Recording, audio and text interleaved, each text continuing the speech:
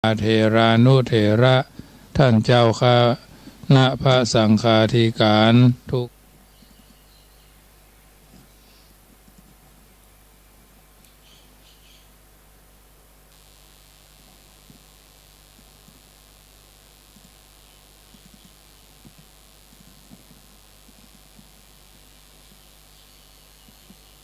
เอาไพลินสิ้นทั้งหลายธรรมคุณทูลวางไว้กลางใจเพื่อช่วยฮือหูทั่วถึงชั่วดีสังฆคุณทูลไว้ในชีวิตเพื่อช่วยปิดปลดทุกข์เป็นสุขีด้วยบุญอภิวันอัญชลีสวัสดีโดยการนิรันดร์เทิน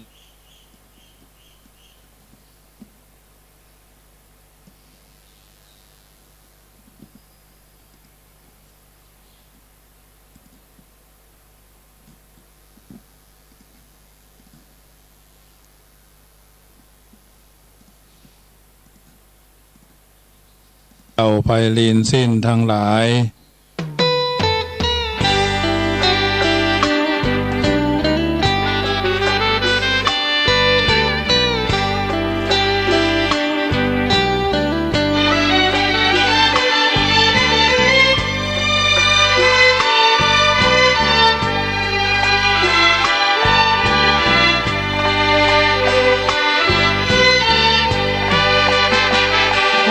ธรรมบรรเลงเป็นเพลงเพื่อชาวมวลชนชีวิตมืดมนสับสนจงมาฟังเพลงสิ่งร้ายในใจอย่าได้กลัวเกรงพุทธธรรมบรรเลงกำราบกราบให้ดับสูญขอยกพุทธธรรมสัมปันโนสุขโลกาวิทูอาหูใจเนาะเทศกาลเข้าพรรษาเอาท่านทั้งหลายจำเป็นจะต้องเข้าใจในสิ่งต่างๆเหล่านี้ได้ดีหัวใจของการศึกษาศาสนาต้องเป็นรากฐานการพัฒนาประเทศชาติต้องพัฒนาที่คนการพัฒนาคนต้องพัฒนาด้วยการศึกษา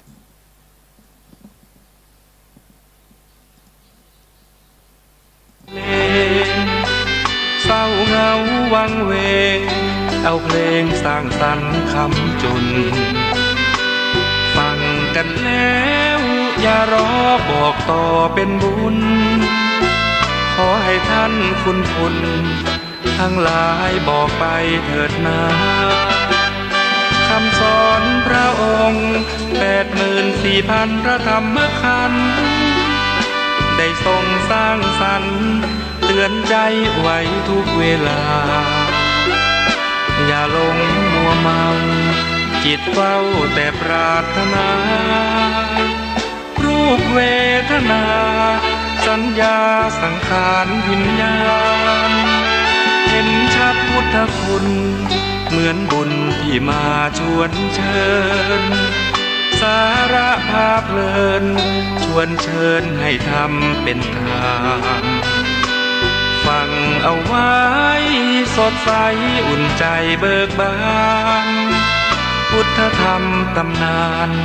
ท่องพุทธของพุทธองค์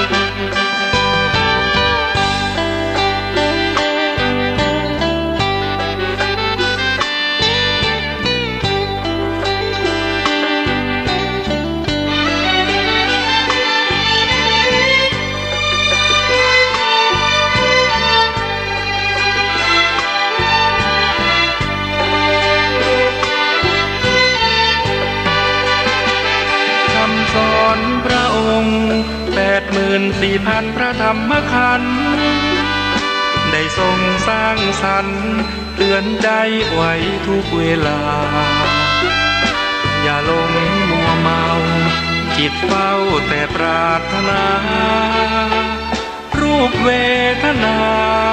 สัญญาสังขารวิญญาณเห็นชัดพุทธคุณเหมือนบุญที่มาชวนเชิญสาระพาเพลินชวนเชิญให้ทำเป็นทานฟัง เอาไว้สดใสอุ่นใจเบิกบานพุทธธรรมตำนานของพุทธนำพุทธชน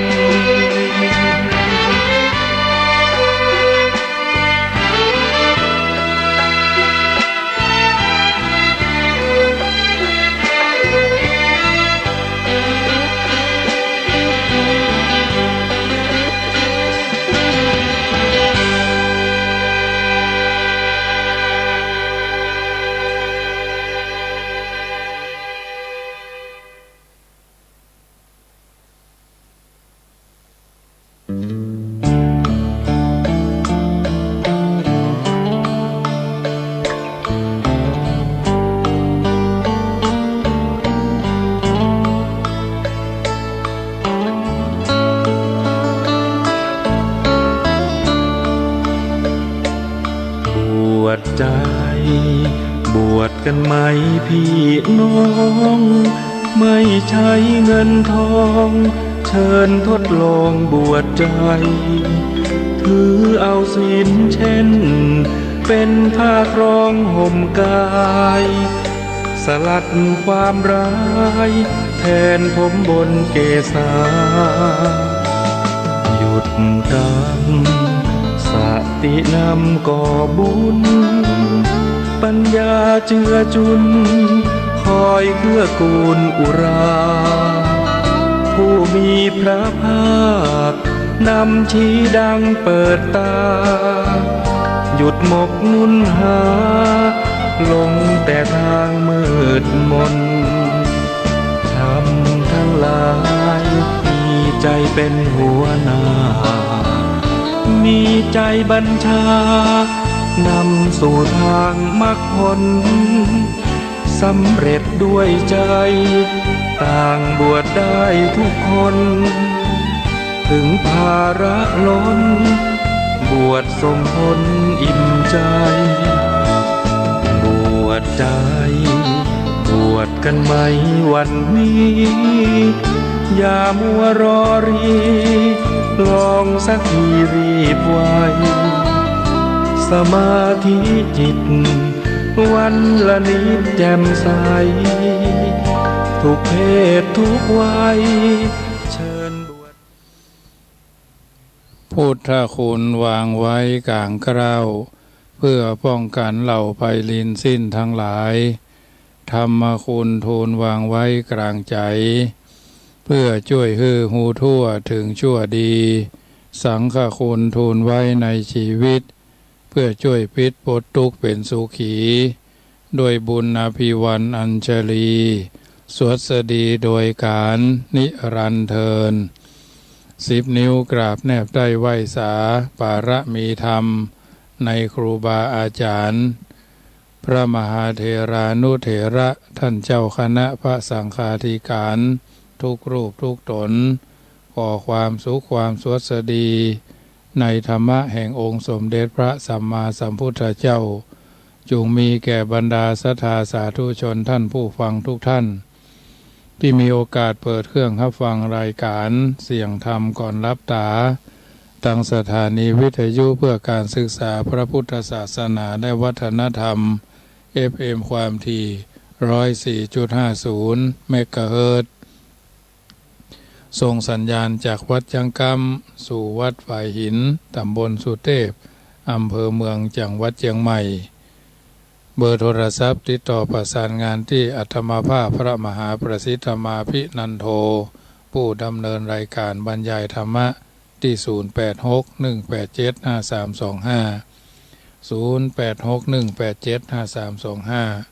0861875325 วันนี้ญาติโยมสาธุชนก็อยู่ทางบ้านฟังกันทางเวียงหนองล่องก็ฝนตก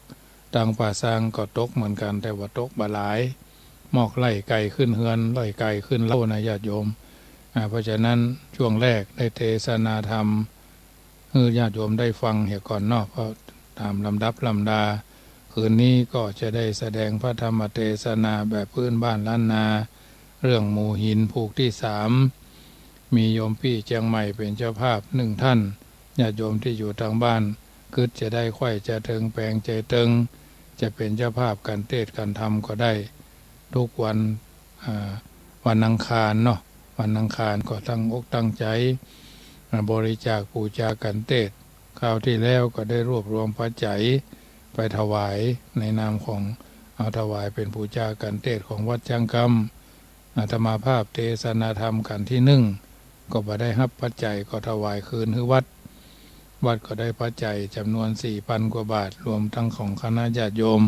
ที่ร่วมกันเป็นเจ้าภาพกันเทศตั้งคืนวิทยุ104คืนวันอังคารส่วนวันโกนนี่ก็เทศที่คืน91ในที่วันเรดิโอดีนาวเรดิโอบ้านเวียงหนองล่องญาติโยมก็ร่วมกันกล่องเงินกล่องละ99 บาทกล่องทองกล่องละ199 บาทกล่องเพชรกล่องละ299 บาทอันนี้ก็ตามเจตนา10 บาท20 บาทก็ว่ากันไปญาติโยมรวมกันเป็นกล่องหนึ่งเนาะเพราะเราไม่ได้อยู่คนเดียวในสังคมวัดวาอารามวัดวาอาระวาดแต่ละที่เพิ่นก็มีการเทศนาธรรมกันเหมือนกันเพื่อคือเป็นถูกต้องประเพณีพื้นบ้านล้านนาเฮาเนาะธรรมเทศนาเรื่องหมู่หินเป็นไปจะใดก็ตั้งใจฟังเบื้องแรกนี่ก็พากันไหว้พระอย่าก่อนเนอะพร้อมกันว่ากราบ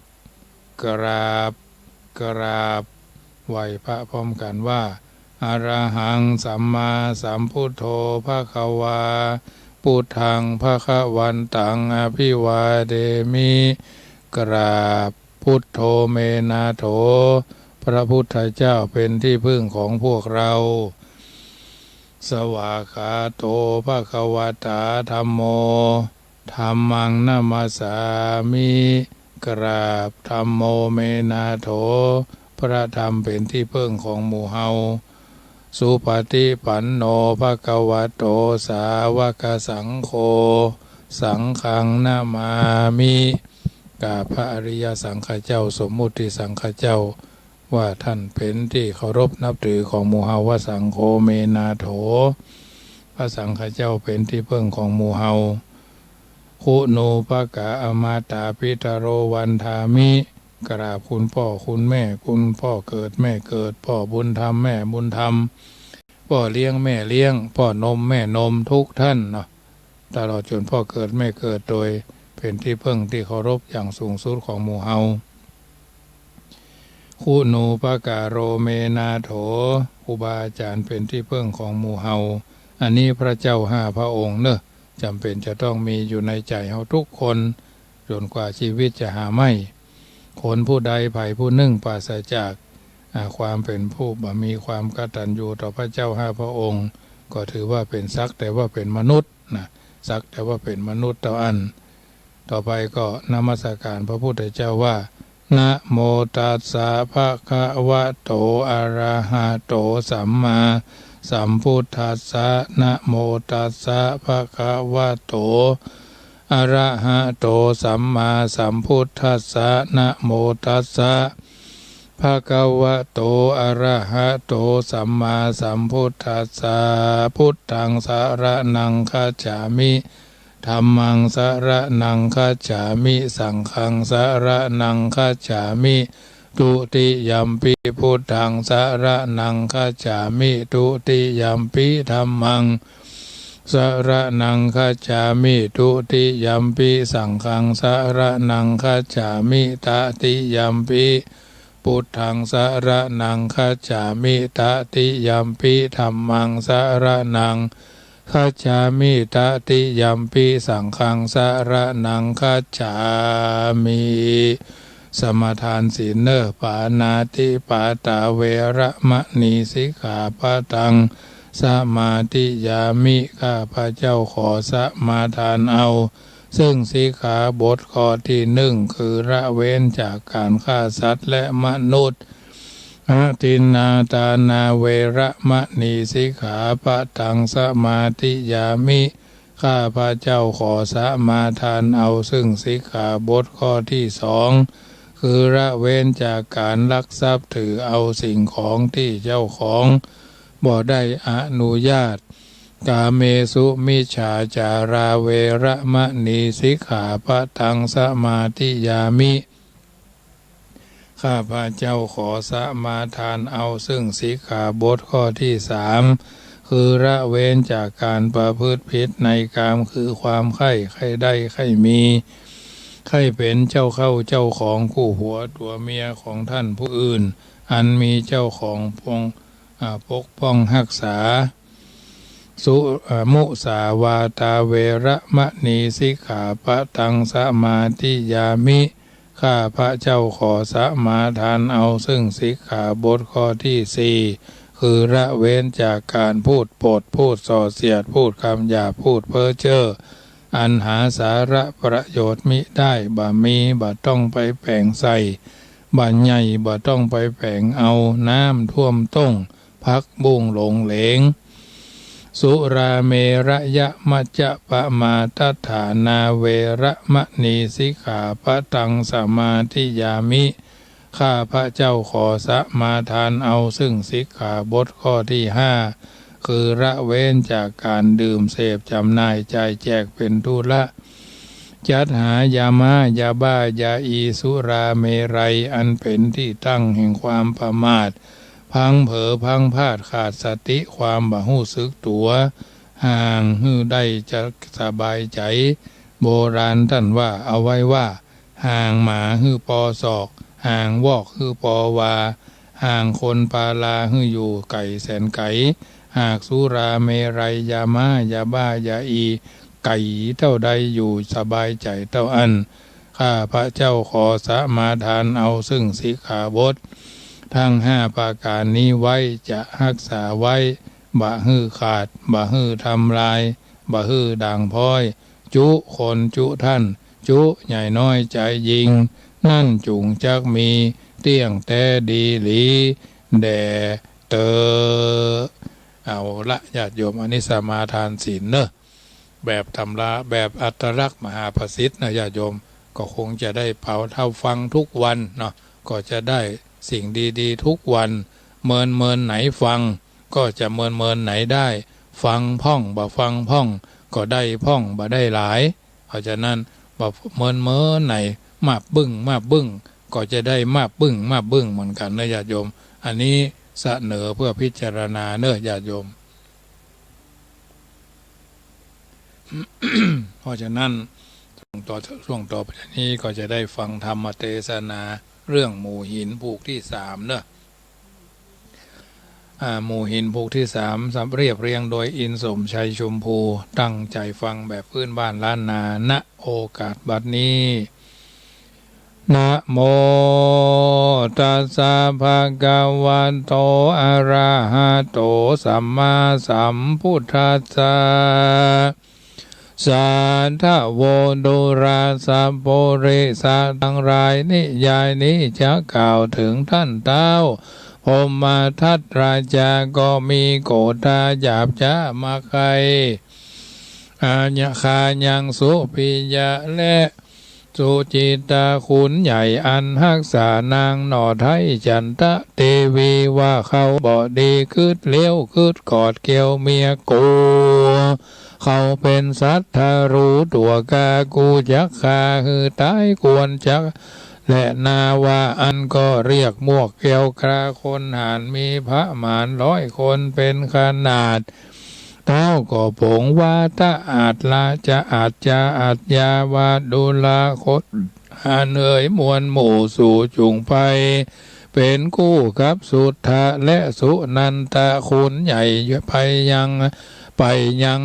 เอาหือใดยังสุพิยะและสุจิตาอาธรรมแล้วก็นำมาสู่เท้าบัดเดียวนี้เตอที่นั้นสุทธะและสุนันตาผู้บาปพร้อมอามาตย์หมู่โยธาถือผาละดาบตั้งหมอกนาดและปืนไฟเอากันไหลไปสู่ยังที่อยู่แห่งสุพิญะและสุจิตะทั้งสองก็มีแลส่วนสุพิญะอามาตย์ก็ขวาดหูสัญญาจึงเรียกสุจิตามาแนบคางแล้วกล่าวตามกำไปว่าสู่ไหลกันอสู่ไหลกันมามวลมากหากประโยชน์อันใดนั้นจะที่นั้นโยธา หานท่านกล่าวว่าบัดนี้เท้าองค์คำเฮอตูนำสู่ทั้งสองไปสู่ที่อยู่เต้าบัดเดียวนี้แลว่าอันที่นั้นสุปิญญาและสุจิตาอามาตย์ก็สวดอาคมตบมือตนสามคาบหมู่อามาตย์ก็สะดุ้งกลัวมีตัวติ่งเมียตัวติ่งท่วงติ่งบ่ได้ลวดเป็นใบจุคนสุปิญญาก็ลงเฮือนตนไปสู่ยังตีอยู่เสนามีโกธาเกียรติใหม่กำคืดใหญ่ออกมากำหมอกกำหมากกอกใส่กลางหัวและคนและกำจูผู้การละคนละกำจูผู้แล้วพ่อคืนสู่เฮือนตนก็มีหันและนาส่วนว่าพวกข้าคนและเสนาก็เอากันคืนมาขวาบไว้ยังพระบาทไทยราชาเต้ายิงโกธาโกรธไม่ว่าเขาสองคนนั้นใส่สวกสหายหลายกันเขาบ่ตายก็บ่แล้วจึงบอกอามาตย์แก้วและเสนาเอากันเอาอาบยาลงอาคมค่ะอาบยาคงขามดาบสามสีนาฏและปืนยาพ่องขอสักขาเถิงน่องพ่องก่อซักคิ้วกล่องคุมงมมาพ่องก่อซักเป็นหยุมหิมปากพ่องก่อซักหน้าเกี่ยวสองขาเขาเต้าจาแข็งแต่ปากที่แท้หากยานเหมือนกาอันว่าพระญาตนผาบเดาก็ฮือเป่าทั่วเวียงใจว่าบัดนี้ได้7 วันไปภายนาเอาจะขาฟันกันแล้วก็ปันราชสารแก่คนใจรีบจะใจไปบอกแก่สุปิญญาและสุจิตาอามาตย์ทั้งสองก็มีหันและนา อันว่าสุปิญญาและสุจิตาอามาตย์เป็นเชื้อชาติคนดีมีกาถาดีหลายเผ่าเช่นปู่เฒ่าดานายยาดีหลายซักใสลายพับไข้ถึงตัวบ่ย่านกลัวแต่หอกดาบเคยได้ภาพสงครามมาจิงแต่งดาเครื่องเสกไว้ทาแล้วแต้มหนังเสือตาทางเมืองว่าคนใดเครื่องใจมากชอบประกอบโดยแต่งกันก็จักหันกูฟันพระญาบาปอันอามาตย์อาธรรมแม้นคนใดยังเป็นฝ่ายพระญาบาปกูจักผาบตัดหัวแม่นคนใดกัวคือมายอมโดยรีบกูบ่หนีบเคขาปันดังยาติกาคนบาปเขาก็หาเข้าไปเป็นฝ่ายพระญาสังฆญาอ่านควายนับว่าใดอักโขไทยฝ่ายคนใจโกดกึดหูก็ไปเขาอยู่กับสุปิญญาคนหานมีพระสมมีพระมารว่าใดอักโคเหลือกว่าถือออกดาบกาตาแดงก็มีหันและนากันถึง7 วันมาไข้คนไต่เท่ากันมาฝูงโยธาโห่ห้องเสียงนั่นกองเนืองนันจ้างไปปันดูอาจมาหาก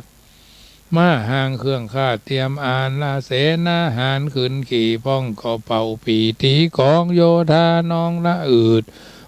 พอมืดกุมปาลาสุปิญญาไปทางนาสุจิตากว่าจอมหลังหมอกทางบอกขาดตังสีนาฏและปืนไฟเอากันไปละลั่งยุดยั่งริมฝั่งสันยุดยั่งริมสะน้ำก็มีหันและนาส่วนสุทธะและสุนันทะผู้ใบอามาตย์ใหญ่2 คนเอารีพลห่างออก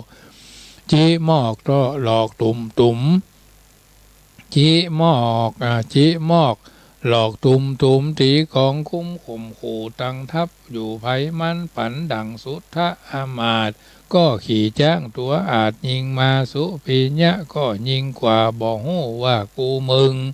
หูตันตึงเมื่อหูตันผึ่งหมอกออกถือดาบออกไล่แทงฟันนาคนชะกันตายไข้นับอ่านใดหลายคนจนตาวันลงค่ำลาจีจิงปอกนามาทับไผ่มันก็มีหันและนา ลัตติญากันคืนวันดาลุ่งสายฟ้าปุ้งขึ้นมาหมู่โยธาขึ้นขี่ช้างขอเกี่ยวง้างหัวเสนานัวเล่นไล่จิหมอกใหญ่ยิงกันมืดหัวควันตัวปาลาพอปอผอนาบ่อหันกันจ้างมาหันตายมากคนก็หากตายกองเลือดไหลนองทั่วดาวคนเหยือกย้าวพับเมืองหอละหอเฮือนไว้ปางเปล่าละเมียและลูกเตาไว้มองได้และงัวควายละงัวควายตายเต้าเหตุพระญาเงาเสียซูมถึงวันลุนแถมเล่ายกหมู่เข้าแต่งฟันหันสุนันทะมาไกสุชิตะพุ่งหอกใส่ปักอกสุนันทะตกจากจ้างลวดม้อยมั่งจีวังสุทธะหันทกใส่หอกดาบไล่ฟันแตงทุกคนแรงบ่อย่านปลายต่อปลายหอกท่านปอฮักดาบฟันฟักดาบฟันฟักบ่เข้าหากเป็นคู่เก้าเหมือนกันสุทธะพันมาใกล้สุปิญะไล่เลยแต่งสองคนแข่งขนาดหอกดาบบ่ทามหายามจะตาจักขาดสุทธะอามาตก็ปาละก็ปราดเต้าเนาะเข้าปาดเต้านอนงายสุปิญะกำหอกพายเข้าใส่เสียบอกไว้กับดินลวดบ่ติ้งบ่ลวดบ่ต้วงบ่ติ๋งกะดางจิตขาดมั่งมรณาคนปาลาบาปใบบ่ก่อไปใดก็ไปก็ใดไปไม่ในอเวจีก็มีหันและนาอันว่าโยธาไพ่ฟ้าหันหัวหน้าตายไปเขามีใจแตกฟุ้งลวดสะดุงหกหนีละขอนผีของไข่เหมือนขอนไร่เจ้าดอยแม่หนูปอลอยน้ำเดือดบ่อแห้งเหือดสักวันแรงกาหันตอมไตซับกาบใส่หูตาแมงวันมาละหึงเหม็นสาบตึงตัวตึงเมืองก็มีหันและนาอันว่าสุปิญะและสุจิตตะอามาตก็ขี่จ้างตัวอาจงามตาแล้วบอกแก่โยธาไพ่ฟ้าว่าแต่นี่ไปภายนา7 วันเอากันมาเล่นมาหอละศพปางใหญ่ทวนไข่7 วันแดดเตอะว่าอันแล้วก็เข้าไปสู่ยังที่อยู่แห่งตนอยู่คนก็มีหันและนากันถึง7 วันมาหอดลี่พ้นขอดกันมาหลานปลาลูกเต่าพองสักเท่าพองสูงแขนมาตุกแดนกันกัดกั้ง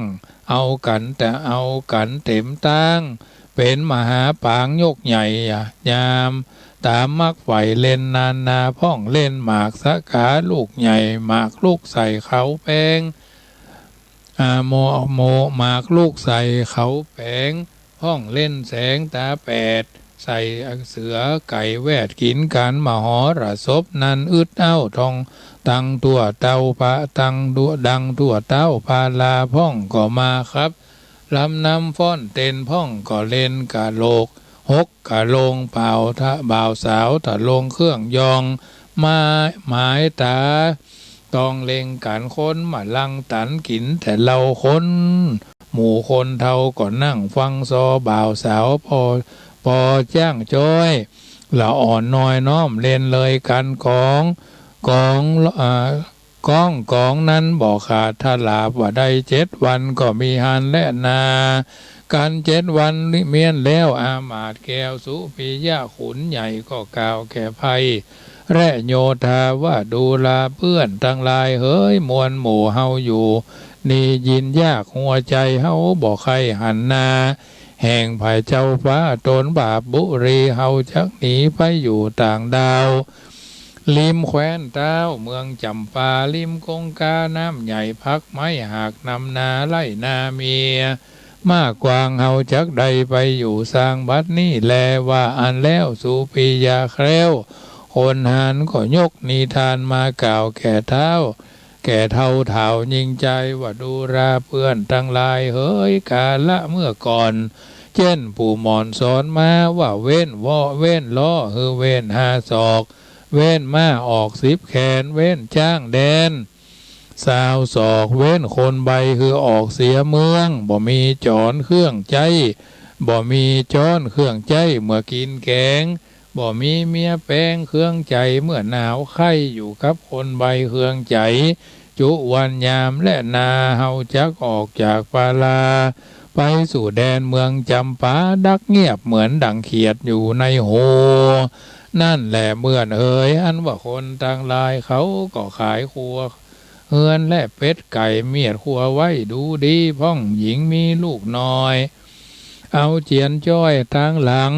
พุงคนยังแก่เท่าก็ซักเต้าเตียวต่างเสียงผางล่างมีกองช้างม้าห้องและงัวควายพ่องหาบกวยหวายพ่องสะพายปกพาไปเป็นต้าและดีหลีหมูหมามีหมูหมามีมาบ่อไว้เป็ดไก่ใส่กวยซองเมืองปอหมองหม่นเศร้าเหตุพญาเจ้าบ่หูตามทำคนไปนำไหลหลังต่อเต๋าฝั่งคงกาจึงแผงศาลาพักยั่งอยู่ที่หันเอาแหงก็มีหันและนากาละนั่นนาอันว่าสุปิยะและสุจิตาขุนใหญ่ก็กล่าวแก่ไพฟ้าและโยธาว่าดูราเพื่อนทั้งหลายเฮ้ยเฮาจักยั่งที่นี่10 วันจุงจวนกันแปลงแปรใหญ่นับหือใด500 ปันราคาอย่าขาดเฮาจักกราดกราไปตามวิสัยน้ำกวางอยู่สู่ตาตั้งแดนจำปาจะและนาอันว่าไผ่ฟ้าและเสนาก็เอากันมาแผงแป้ใหญ่เมียนแล้วใส่งัวควายจ้างมาลายเป็นทอยโคนใหญ่น้อยยิงใจเข้าของหลายจุเยืองตั้งเครื่องใจนาตั้งหมูหมาเป็ดไก่โลใส่เสียงในแปรก็มีหั่นและนาส่วนพรุพิยะและสุจิตาอามาตก็คือเอาค้อนฟาดกองใจดังไปไกลบ่อไกลจุคนไฟจมบานฝูงจ้างสารร้องแส่นมาฮี่แห่นเนืองนันแล้วก็เอากันลงสู่ตุกกูผู้ยิงใจแปรเป็นสายไหลล่อง7 วันพองจำปาเอากันมาจอดตั้งจุดจอดยั้งที่ฝั่งกงกาก็มีหันและนาถึงวันลุ่นลุ่งเจ้าอามาตย์เท่า2 คนก็เตียวหนไปก่อนนาผูงไผ่ฟ้ากว่าจอมหลังไปถึงยังที่อยู่ตุกกูบูเจยจมมาดินอุดมระรื่นบุญดีจื่นเจยบานก็มีหันและนาอันว่าไผ่ฟ้าและเสนาเอากันมาเป็นเตื้อแผงเฮือนเหือแผงเฮือนฮือสุปิยะและสุจิตะคุณใหญ่เพื่อฮือใดอยู่เป็นนายส่วนคนทั้งหลายก็แผงเฮือนใหญ่เป็นถ้อยหลังใหญ่น้อยตามเปิงใจก็มีหันและนาทัดนั้นสุปิยะและสุจิตาอามาตย์ก็มาตกกากโหลาว่าเมืองนี้นาใส่ชื่อว่าเมืองนิคมแดนขอกเข้าน้ำออกเรืองไรเมืองโจกใจมีมากบ่ยากไรสักอันและนาที่นี้จักวันนายากล่าวถึงท่านเท้าพรหมทัตราชาหาเสนาดีบ่ใดมีแต่คนไพ่บาลาครับนางกาไวปากหาวหากอยู่กับเต้าจุควันเขินคนบ่ขืนเหมือนก่อนคนเข้ากาดบ่มีลายอันไปตายหน้าซึกก็มีมากอันหนีจากก็นำนะเต้าก็มาเกิดไข้ว่ากูนี้ใส่อาธรรมได้เชื่อคำสนสอลูกกับพ่อได้ภาคเสียกันตั้งจันตะเทวีงามแง่3 แม่ลูกภาคไก่ตาเต้าโศกาโศกเศร้าให้หาลูกเต่าและเมียฮักแปงกึดกินแนงกำเก่าบ่แล้วเล่าสักวันที่นั้นเทวดาอยู่หอคำภาศาสตร์ก็ไข้หัวใส่เต้าที่ราชาว่าเป็นพญาเสียเปล่าเป็นคนเท่าเสียบ่ได้คนใจบ่หู้กึดต่อเปิ้นมาสนมาสอ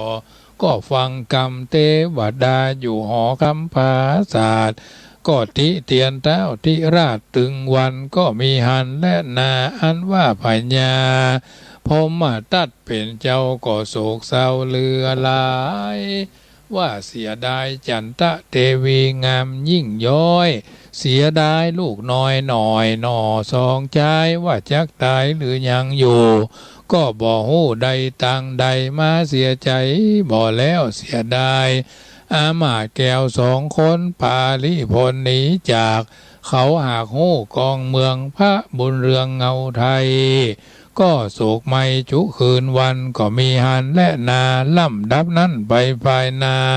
เต้าก็ตั้งเสนาแถมใหม่ผู้หนึ่งใจชื่อว่าโจติกาแถมผู้หนึ่งนาชื่อสุปัญญาองค์อาจรักษาเต้าธีราชราชาส่วนนางกาไว้นั่นนาก็รักษายังลูกน้อยหน้าชื่นจ้อยชื่อว่าประภาวดีนางนั้นมีสลีงามยิ่งย้อยบ่ใหญ่น้อยบานกลางจากำหวานอ่อนอวนลักษณะท้วนงามเราโฉมเพิงเป้าดูอาจกิ้วก้อมวาดผมเขียวเขียวขาวงามจะจรไผ่บ่อห่อนปูนปานหน้าตาบ้านยิ้มแย้ม2 ผายแก้มมีวันนะสลีเหลืองนือนันสะสาวว่าลูกสาวเต้าราจาก็มีกาญาอาขาว101 ดาวตากหากมาปองพระองค์ทองพ่อแม่ก็ฮักแก่เรือตาบ่ไกลกระจากห้องพระเทศต้องห่อคำท้าสีน้ำแห่อยู่กับแม่กาไว้ทุกคืนวันไปบอกไปคำเจ้าก็มีหันและนานิติตังขีญาสังวันนาวิเศษจาห้องเหตุหมูหินผูกทวน3นิยายงามบาททอยเฮาแต่งซอยคัดสีก็พอดีเป็นห้องพ่อพี่ขอน้องจุงดาฟังผูกสียังแถมเล่าผูกนี่เล่าเต้าวางลงก็บังกรมสมเลสเสด็จเสียเต้าอีก่อนแลญาติโยมสาธุชนท่านผู้ฟังทั้งหลายผูกทวน3เรื่องหมูหินพญาพมตัดราจาก็ไข่ฆ่าไข่ฟันไข่บั่นไข่แตงไข่แกงไข่อ่อมเนาะเพราะฉะนั้นว่าไข่ฆ่าเสนาอามาตย์ผู้เป็นของนางจันทะเทวีซึ่งเป็นเมียเก่าเมียหลวงเพิ่นก็หนีไปแล้วเพิ่นไปอยู่แถวเมืองนึงมันก็ยังบัดลดลาวาศอกไล่ฆ่าไล่ฟันแต่ว่าบังเอิญว่าพญา2 ตนนี่เพิ่นก็ข้ามก็คงเนาะลายพ้อยลายโกงลายการเนาะอันนี้ก็ถือว่าสุปิยะกับอามาตย์ก็ฮู้แล้วก็สุปิยะสุจิตาก็พากันลบลาฆ่าฟันตายกอดตายกองตายกอดตายโกงตายกอดกองกันเป็นแท้เป็นว่าเพราะว่าศึกบ้านศึกในเนาะศึกในฆ่าฟันบั่นแตงเจ้าพญาพมตัดก็บ่ฟังเหนือบ่ฟังใต้เนี่ยเพิ่นผู้นำก็จะเป็นอย่างเงี้ยบัดนำในทางที่ดีบ่มีศีลบ่มีธรรมเอาล่ะตายกันเป็นโกดเป็นกองหมูม้ากาไก่จ้างม้างัวควายก็ตายกันเป็นโกดเป็นกองตายเป็นกองเลือดไหลนองทั่วเมืองคนเยือกยาวปราบเมืองแหล่หอเงินไว้ว่างเปล่าละลูกละเมียไว้มองเปล่าดาวได้งัวควายก็ตายเต้าเห็นเป้าพญาเง่าซึมซุมน่ะถึงวันรุนแถมเล่าเป็นต้นในที่สุดก็พากันมาแถมสู้แล้วเอาเข้าก็ตายเรียบร้อยปอก2 เตื้อ3 เตื้อคนในบ้านในเมืองก็ละสำละสายแข่งฮักกางานมันมีการถึงแก่ชีวิตเนาะยิงปืนหน้าไม้ปืนไฟน่ะเพิ่นกำบะเก่าเพิ่นบอกว่าเว้นล้อเว้น5 ศอกเว้นม้าออก10 แขนเว้นจ้างแดน20 ศอกเว้นคนใบออกเสียเมืองบ่มีจ้อนเครื่องใจเมื่อกินแกงบ่ได้หีบแกงบ่ได้ใจจ้อนไม่ใช่ว่าบ่มีจ้อนก็เป็นอย่างท่านมาหาใจหลอดดูดก็ได้ก็ใจเรื่องละญาติโยมเนาะมันจะเหมือนกาแฟหรืออันขนมอาการเนี่ยชามุกเนาะเครื่องใจเมื่อหนาวไข้อยู่กับคนใบเครื่องใจทุกวันยามเอาจะออกพาลาไปเดือนเมืองจำป่าดีกว่าสุปิยะกับทั้ง2สุปิยะก็พากันแบ่งแบ่งเฮือนเนาะไปอยู่ที่อื่นไปอยู่เมืองจำป่าพากันออกบ้านไปแล้วในที่สุดก็ไปตามสบายเต้าพญาก็มาคิดว่าคิดถึงลูกคิดถึงเมีย บัดเดี๋ยวนี้ค่าฝนค่าพิษไปเห็นแล้วกึดกำนะจำนางกึดถึงกำนางกาไว้อย่างอันอย่างอี้ว่าเมียเฮามีจู้ครั้งที่1ก็แม่นครั้งที่2ก็แม่นว่าก็เลยในที่สุดเมียก็เลยไปอยู่เมืองอื่นยะบุบฟาดบันบุบฟาดตีภริยาซึ่งเป็นสุภาพสตรีเนาะก็เพิ่นก็เจ็บก็ไหม้ก็เจ็บก็แตกในที่สุดเพิ่นก็ไปอยู่แต่เมืองหนึ่งอันนี้เป็นเนื้อธรรมคำสอนที่ญาติโยมได้ยินได้ฟังแล้วก็พยายามนำไปเป็นข้อเตือนจิตสกิจใจศึกภายนอกนั้นอยู่ห่างไกลศึกภายในนี่อันตรายเนอะญาติโยมเมื่อท่านทั้งหลายเข้าใจในสิ่งต่างๆเหล่านี้แล้วก็ถือว่าเป็นนิทัศนะอุทาหรณ์เตือนจิตสกิจใจสอนจิตสอนใจเฮาท่านทั้งหลายได้ฮู้หลักธรรมคำสอนเหล่านี้แล้วก็นำไปเป็นข้อเตือนจิตสกิจใจจักบ่ได้ถลำผิดพลาดคลาดเคลื่อนจากความเป็นจริงน้ำธรรมคำสอนส่วนนี้ก็เป็นส่วนหนึ่งที่ก่อนไกลเอามามาจาอธิบายให้ญาติโยมได้ฟังวันนี้เป็นวันอังคารที่เฮาท่านทั้งหลายปะกันในฐานะที่ได้มีโอกาสฟังน้ำฟังธรรมกันเป็นลำดับขออนุโมทนากับโยมแม่เรนูเนอะที่เพิ่นโทรเข้ามา1เสียง1สาย1กำลังใจมาโดยตลอดถือว่าเป็นส่วนหนึ่งที่เป็นกำลังใจอย่างน้อยๆเขาก็ได้มีโอกาสทบทวนบทเรียนเนาะบทเรียนเรื่องศีล5ทบทวนแห่งกรรมว่าศีลข้อที่1บ่เบียดเบียนร่างกายและชีวิตของกันและกันของคนของสัตว์ทั้งปวงพร้อมทั้งมีความเมตตาปรารถนาดีต่อกันสมบัติที่มีค่าของมนุษย์และสัตว์คือชีวิตบ่มีสมบัติในโลกที่จะมีคุณค่าเท่ากับชีวิตถ้าจะสูญเสียชีวิตมนุษย์จะยอมสละทรัพย์สมบัติได้ทุกอย่างเพื่อแลกเอาชีวิตไว้มีการสูญเสียใดๆที่จะยิ่งใหญ่เท่ากับสูญเสียชีวิตศีลข้อที่1จึงห้ามบ่เบียดเบียนชีวิตกันว่าจ้างม้าเมียมิ่งแก้วเงินทองตัวบาดตายจักปองย่อมได้ชีวิตสิ่งเดียวของหายากใช่ประทีปเทียนใต้ตับแล้วจุดคืนศีลข้อที่1ศีลข้อที่2ห้ามบ่ลักขโมยน้อยถือเอาสิ่งของที่เจ้าของบ่ได้อนุญาตอันนี้ก็ถือว่าเอาท่านทั้งหลายทราบกันดีของไผก็ฮักของไผก็ห่วงแหนศีลข้อที่3บ่ประพฤติผิดในกามคือความใคร่ประพฤติผิดล่วงเกินคู่ครองของคนใดไผคนหนึ่งศีลข้อนี้บ่ได้ห้ามว่าหญิงชายเป็นคู่รักคู่ครองไม่ได้การเป็นคู่รักคู่ครองเป็นเรื่องธรรมดาของชาวโลกจะเป็นโลกดูได้จะเป็นโลกอยู่ได้ก็เพราะว่าชาวโลกมีลูกมีหลานเป็นวงวานย่านเครือสืบกันมาโดยลำดับปอใจเป็นคู่รักคู่ครองเป็นสามีภรรยาตามประเพณีนิยมบ่ผิดศีลบ่ผิดธรรมแต่เมื่อตกลงโปร่งใจเป็นคู่รักคู่ครองเบื้องแรกก็เป็นเพื่อนจากเพื่อนก็เป็นเจ้าโมจากเจ้าโมก็เป็นคู่เคียงจากคู่เคียงก็เป็นคู่ข้างจากคู่ข้างก็เป็นคู่นอน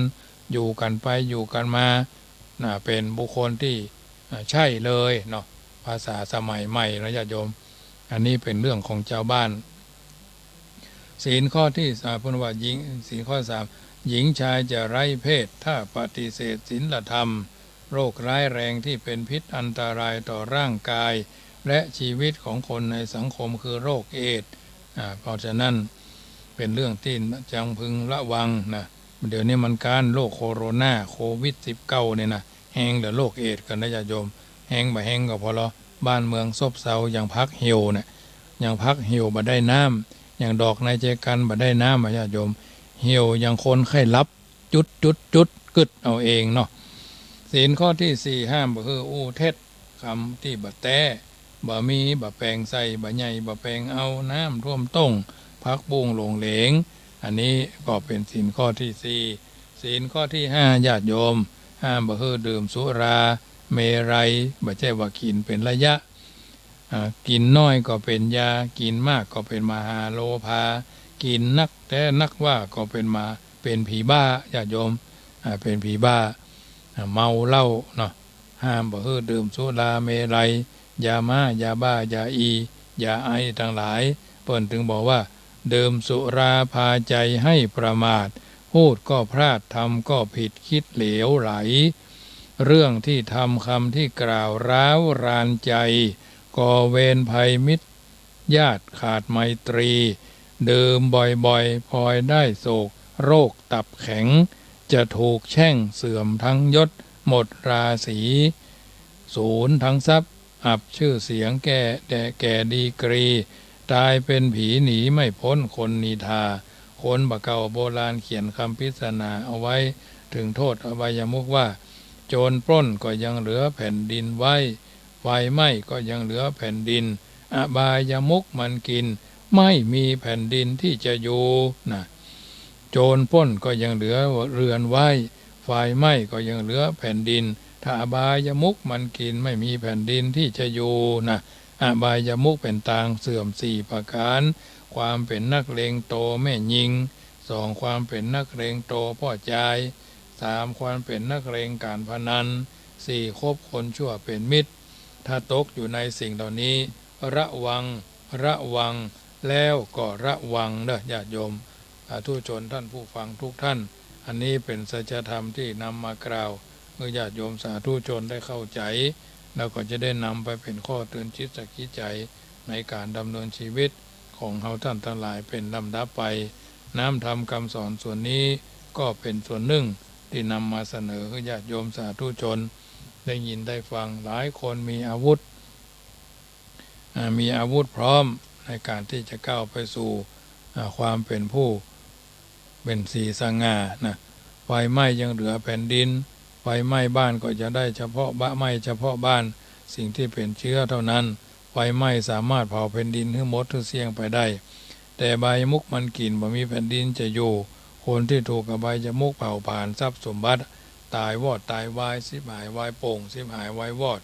มีเหลือสักอย่างญาติโยมอันนี้จึงนำเสนอให้ญาติโยมสาธุชนที่อยู่ทางบ้านฟังกันไปเป็นนิทัศนะอุทาหรณ์เตือนจิตสักคิดใจของเฮาท่านทั้งหลายเป็นลำดับไปเพราะฉะนั้นน้ำธรรมคำสอนในทางพระพุทธศาสนาค่ำคืนนี้ธรรมาภาพก็ก้อนไกลสาธุยกเอาสิ่งละอันพันละน้อยมามาจ่ามาอธิบายคือพอออกศรัทธาญาติโยมที่อยู่ทางบ้านฟังกันเป็นลำดับเพราะฉะนั้นถือว่าเป็นส่วนหนึ่งที่ได้ช่วยกันประคับประคอง เมื่อเข้าใจในทองแท้ความเป็นจริงในการที่จะดำเนินชีวิตของเฮาท่านทั้งหลายเป็นลำดับไปนั้นถือว่าเฮาท่านทั้งหลายนั้นมีสิ่งหนึ่งก็คือศีลห้าที่เฮาท่านทั้งหลายทราบกันดีว่าเป็นสิ่งที่พระพุทธเจ้าตรัสไว้ครอบครัวศีลห้าหมู่บ้านศีลห้าการดำเนินชีวิตก็ต้องมีศีลห้านั้นเป็นสิ่งที่ทุกคนจำเป็นจะต้องสร้างให้มันมีสร้างให้มันเกิดแก่ตัวแก่ตนเอาท่านทั้งหลายก็จะอยู่กันอย่างสบายเพิ่นถึงบอกว่าพระพุทธองค์เปิ้นทรงตรัสไว้โลกจักอยู่ได้ด้วยความสุขสันต์หากคนเฮานี้หวังดีต่อกันละเว้นสิ่งอันสามานหยาบจ้าทรงบัญญัติถึงความชั่วถึงห้าที่จะนำป่าเดือดร้อนทรงจี้คือหันผลอันสะท้อนจักไหลมาค่อนคนทำสอนฮือละเว้นก่อเวรสร้างกรรมที่มันจักนำความทุกข์ภายหน้าข้อหนึ่งเว้นจากการละรานเข็นฆ่าย่ำยีบีทาญาติมิตร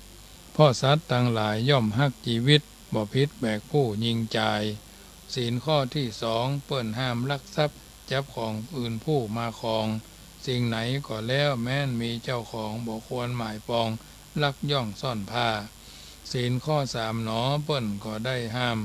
ประพฤติผิดกามฮือเว้น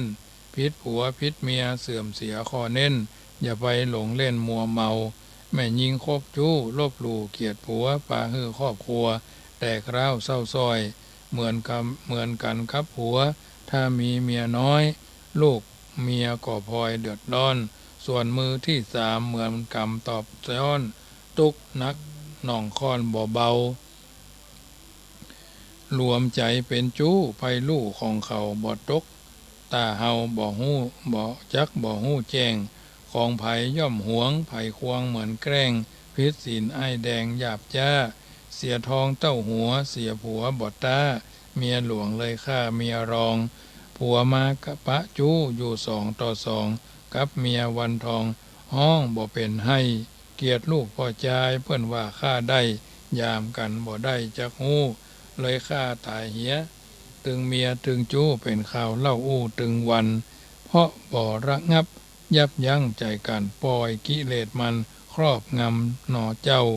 ข่าวโลกีมันมีแต่เศร้าเนี่ยฮือคนเฮาเป็นทุกข์คนหนึ่งก็ตายแถมฝ่ายก็ติดคุกยามสุขสล่างสร้างเสียงโรยราศีลข้อ4นั้นเปิ้นห้ามมุสาเอากรรมเทศมาอู้จ่าตอบท่องจุคนหลงไหลเข้าไปเกี่ยวข้องฮือเสียเงินทองสินทรัพย์ศีลข้อ5นั้นด้ามดื่มสุราน้ำปิดเครื่องดองของเมาแถมหลายชนิดออกฤทธิ์ปาฮือมึนเมาคนลวกกินแล้วก็กลายเป็นคนเขาสติของเฮาควบคุมบ่ได้พ่องใจบ่ดีเปิ่นห้องเป็นให้เนี่ยหยังลงไปบ่ฮู้พ่องให้หาผัวพ่องให้หาจู้เปิดปากเล่าอู้บ่อายเคยมีความลับก็กลับขยายมาสาธยายเเปิ้นฮู้สิ้นคนเคยใจดีก็มาใจหินเป็นคนถ้ามีนหยาบจ้าไผอู้พิษหูเปิ้นเป็นห้องเป็นต้องห้องตาอวดเก่งอวดกล้าเหนือคนพ่องเมาขับรถตกข้างถนนพ่องขับไปจนพี่น้องเจ้าบ้านสร้างความเสียหายวุ่นวายหลายด้านเสียเงินเสียงานเสียมิตรพ่องเสียแขนขาพ่องเสียชีวิตเพราะว่าฤทธิ์น้ำเหล้าเมลัยเมื่อเกิดเรื่องแล้วได้แต่เสียใจบ่จ้างเนี่ยใดพ่องกลายเป็นบ้าหากเฮาครองตัวอยู่ในศีล5ตามพระพุทธาสอนไว้คงสุขีบ่มียากไรอยู่ร่วมกันได้สบายญาติโยมและเปิ้นว่าที่มาของศีล5เปิ้นว่าจะได้เปิ้นว่าครั้งพุทธกาลเมินนานมาแล้วมีนางน้องแก้วนามว่าวิสาขาเลื่อมใสธรรมะพระศาสนาแห่งองค์สัมมาสัมพุทธเจ้านางปรารถนาจะได้เข้าเฝ้ากราบตัวองค์เราหน่อไทยได้ข่าวพระมาพักปื้นต้นไม้บอกไก่บอกไก่เฮือนจานจึงเตรียมสำรับกับข้าวอาหารเพื่อเอาไปถวายตาลถวายเปิ้นหั่นแต่ว่าบุญนางบ่ถึงบ่ถึงขั้นจึงต้องมีอันคาดแคล้วเพราะพระองค์จากไปเหี่ยแล้ว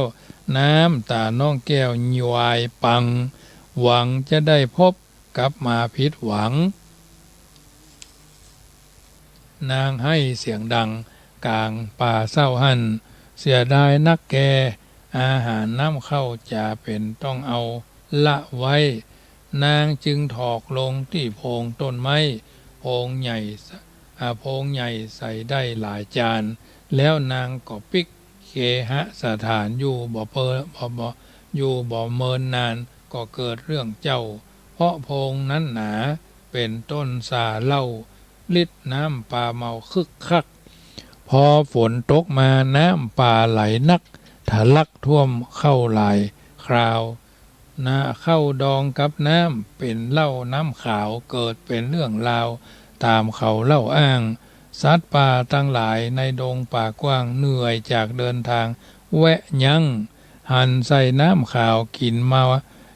ากู้ครั้งยืนขาบ่ตั้งโซเซ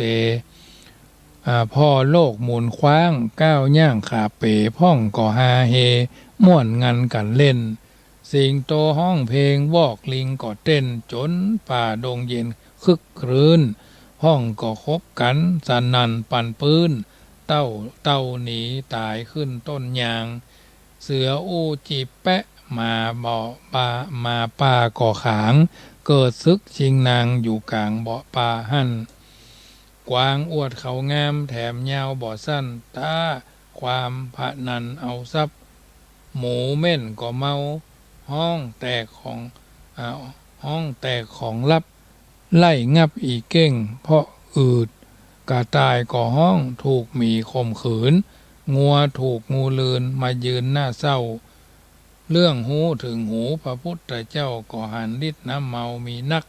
ภัยกินเข้าไปเป็นภัยแท้ตักถูกจักสู่ห้องอบายบั่นทอนชีวิต สติเรือนหายลืมตัวลืมอายอวดใหญ่อวดกล้าจึงบัญญัติหมายไว้ในศีลห้าห้ามดื่มสุราเปิ้นเน้นเครื่องดองของเมาสอนเฮาละเว้นบ่ควรดื่มเล่นเนินนายม่อนนำเรื่องนี้มาอู้มาขยายเพื่อเตือนสติหญิงใจที่ชอบกินเหล้าฟังแล้วจักกินก็ตามใจเจ้าเจิญกินจนเมาเตอะไทยปุ่มไผ่เงินมันแล้วแต่จะใจแต่ถ้าเลิกได้ก็ดีจบวจีกวีข้าวซ้อยก่อนและนายเหยเอาละญาติโยมสาธุชนท่านผู้ฟังทั้งหลายอาตมาภาพก็ก้อนใกล้เอาเรื่องของนั้นของนี่เรื่องธรรมเรื่องสัพพะสะเปดละเพเหละเอามาอู้ญาติโยมฟังแล้วเป็นใจใดก็โทรศัพท์เข้ามาเนอะช่วงที่2:16 นาทีญาติโยมก็โทรเข้ามา1 เสียง 1 สาย1กำลังใจแม่เรนูเข้ามาแล้วเป็นสายที่1เพื่อนโทรเอาไว้เวลาช่วงเปิดนี่มันจะไม่ได้ลู่กันเนาะ0861875325โทรเข้ามาได้เนอะอยู่จุดไหนโมงใดโทรก่อนก็ได้เปรียบโทรที่หลังก็อย่างว่านะก็จ้าน้อยโทรเข้ามาได้เนอะ0861875325 0861875325โทรเข้ามาได้ช่วงที่1เนาะได้จบลงญาติโยมบางคนก็อาจจะบากล้าโทรเข้ามากล้าจะได้กาทางนี้ท่านนั้นช่วงที่ญาติโยมยังบ่โทรเข้ามาก็จะได้ประชาสัมพันธ์เนอะสุกวันอังคารญาติโยมจะเป็นเจ้าภาพกันเทศน์กันธรรมตามเจตนา10 บาท20 บาท5 บาท3 บาทก็แล้วแต่สำหรับปีนี้กฐินวัดจังกำได้จากคณะคุณหมอแพทย์พยาบาลจังหวัดชลบุรีวันที่10อาทิตย์ที่10 ตุลาญาติโยมเป็นวันทอดถวายอันนี้ก็เป็นโอกาสดีจะเอามาบูรณะอุโบสถ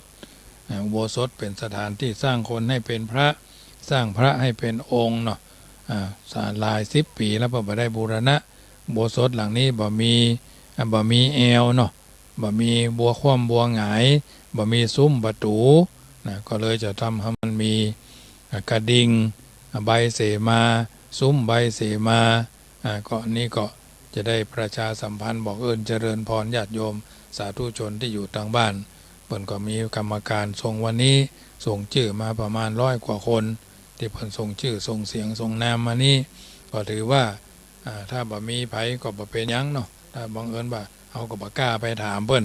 มาติดต่อเมื่อปลายปีที่แล้วละหลังจากทอดกฐินวัดจังคำเป็นที่เสร็จเรียบร้อยไปปีแล้วก็มีญาติโยมกัลยาณมิตรพี่น้องบ้านป่ามุ่นปีนี้พี่น้องทางบ้านบ่อหินเพิ่นมาเป็นเขยที่นี่จะทอดกฐินในวันที่10 ตุลาเป็นวันอาทิตย์ประมาณต้นเดือนก็ออกพรรษาทอดแล้วก็ขึ้นแล้วไปเหียก็มันบ่เป็นหยังก็ผ่านไปเพราะฉะนั้นญาติโยมสาธุชนโทรเข้ามาเนอะ0861875325 รายการเสียงธรรมก่อนรับตาทุกคืนวันอังคารทุ่มเช้าถึง4 ทุ่มโดยประมาณตามปกตินั่นธรรมภาพก็จะบรรยายธรรมล้วนนะระยะหลังๆก็เลยเปิดสายให้ญาติโยมโทรเข้ามาวันนี้เป็นจะได้พ่องทำการทำงานกินข้าวอิ่มนอนรับงีบรับไปอย่าจ้ะอย่างใดอย่างหนึ่งโทรเข้ามาได้ที่0861875325พระธรรมเทศนาหมู่หินภูกที่3แล้ววันอังคารหน้าก็จะเป็นภูกที่4พี่น้องตังเวียงหนองล่องพี่น้องตังตะปูนก็ฟังกันช่วงแรกอันนี้ก็ถือว่าเป็นส่วนหนึ่งมีหลายรถหลายหลากหลายโอกาสที่จะโทรเข้ามาได้เพราะฉะนั้นถือว่าเฮาท่านทั้งหลายได้มีโอกาสฟังนั่งฟังธรรมกันไปประเดี๋ยวนี้อยู่ทางบ้านก็ฟังได้รายการธรรมาภาพนี้เมื่อคืนนี้กับวันอังคารนี่มีฐานนี้เดียวเจริญพรจากไหนเอ่ยตั้งสารปีฟังแล้วเป็นจะได้พ่อง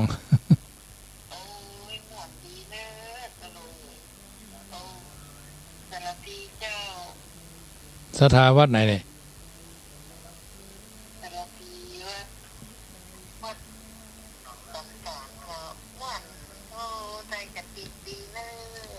ำลังฟังก็ เจ้า กำลัง โอ้ยฟังตึงวันเจ้า แต่บ่ได้โทรมาแล้วเนาะ เจ้า สถา มาได้โทรมาได้แม่นไปไหนมาได้ อ๋อน อน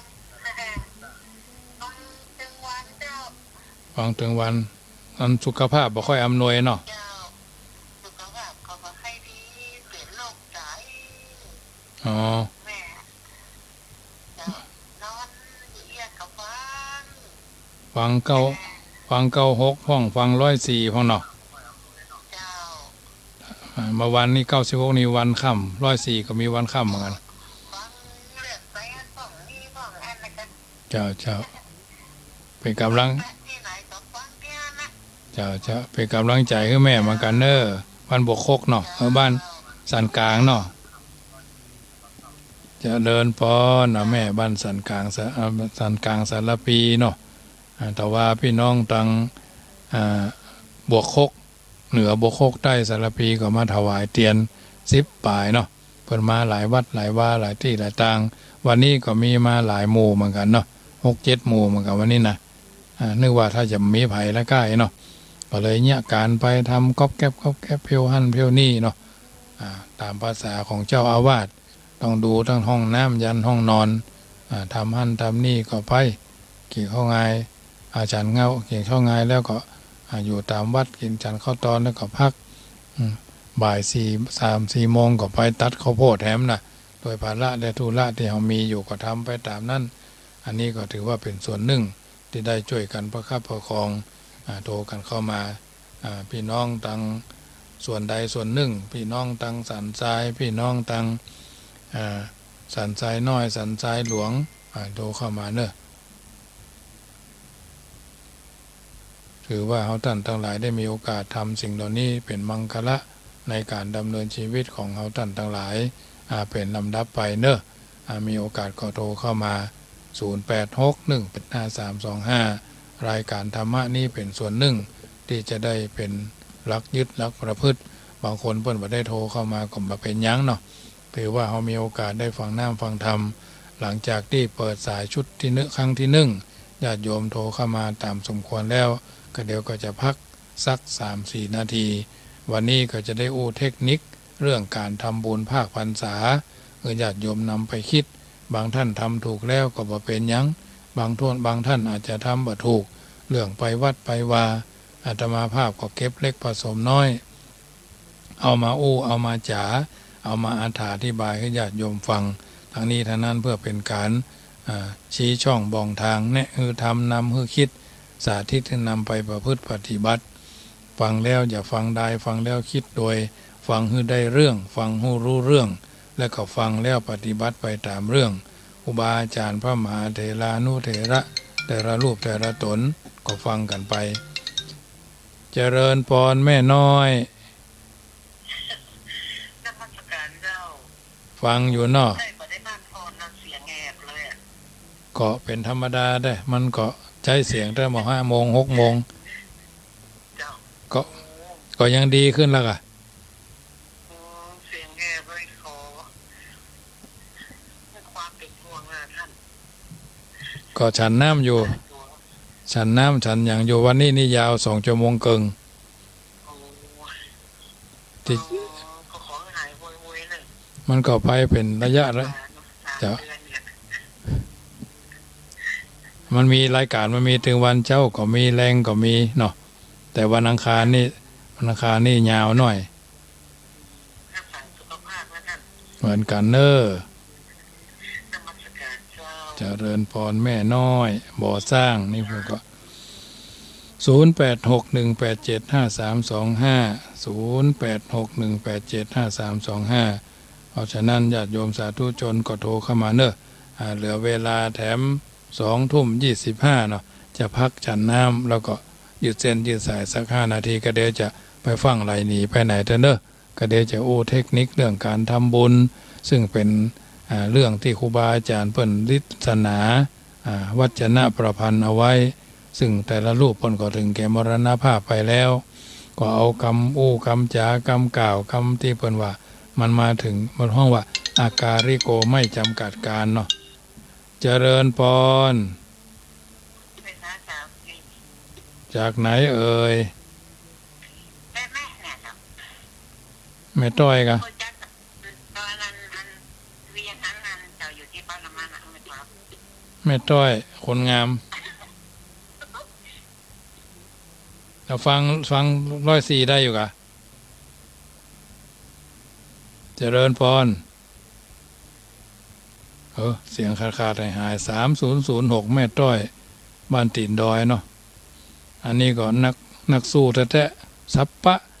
ปลูกมะเขือปลูกผักปลูกคักกาดปลูกสับปะเนาะเพิ่นเป็นคนที่ว่าจมไม่ลงเนาะขยันนะลุกขึ้นแต่เช้าก้าวไปข้างหน้าอดทนบางเตือนี่ก็อยากไปขินไปตาลโดยกันตรงนั้นตรงนี้ก็ไปนะบุบุญสุนซ้อนไปหมดอะถ้าเพิ่นแบบวันเพราะว่าไปหมดอะไปกู้ที่ทุกปีเฮ้ยหรอรวยก็ไปหมดอะมีสตางค์ขับรถก็ไปหมดเลยหรอหอมกินหอมทานก็หอมไปตามนะประมาณนะอันนี้ถือว่าเพิ่นเป็นคนที่จมไม่ลงไม่เคยย่อท้อเนาะไม่เคยย่อท้อไม่เคยท้อถอยเพราะฉะนั้นญาติโยมสาธุชนตั้งใจฟังเนอะกระเดียวก็จะพักสัก3 นาทีเนาะประเดี๋ยวนี้20:26 นาทีกระเดียวก็20:30เนาะเดี๋ยวมาป้ากันใหม่ช่วงนี้ก็ฟังเพลงตั้งสถานีไปก่อนเนอะก็จะ